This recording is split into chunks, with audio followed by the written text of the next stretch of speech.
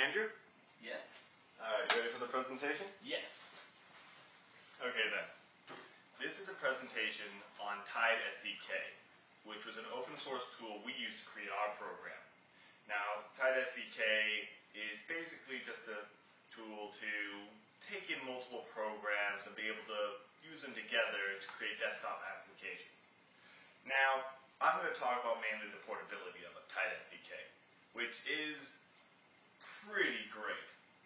Now, with Tide SDK, a big component is its compatibility with multiple operating systems. Now, we have Windows, classic, very good. Everyone uses that for their desktop applications, right? We also have Mac, one of the more popular ones among kids today. And of course, we have Linux, for anyone who is very intent on being very savvy with computers.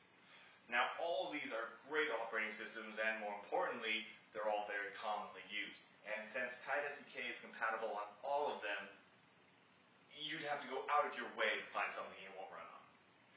Now, not only is that impressive, it's incredibly helpful. Now, with that compatibility, you can have no worries about, say, replacing any of your hardware and thinking the program won't run. It will still run smoothly no matter what you replace it with along any mainstream lines. And you can buy and sell it without worrying about whether it will be compatible after you send it off or receive it.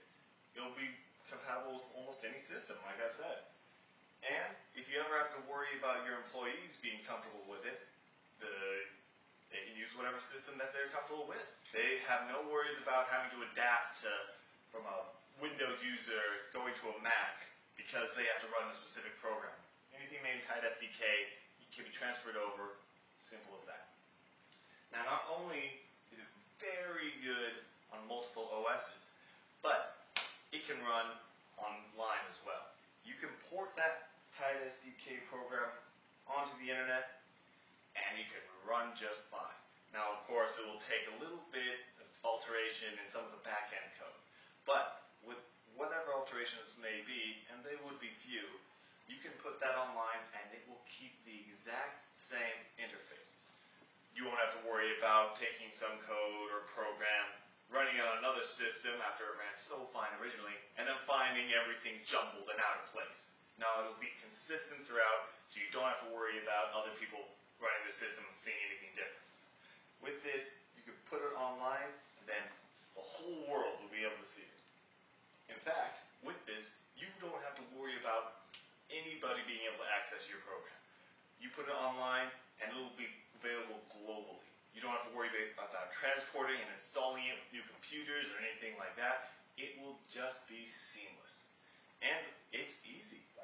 Like I said before, with the operating systems, the online components, and everything, it is a very, very widespread usable code that can be used with minimum effort. All right. Now, I'm going to pause this. I think I was a little slow, so I'm going to try again later. I don't know. It sounded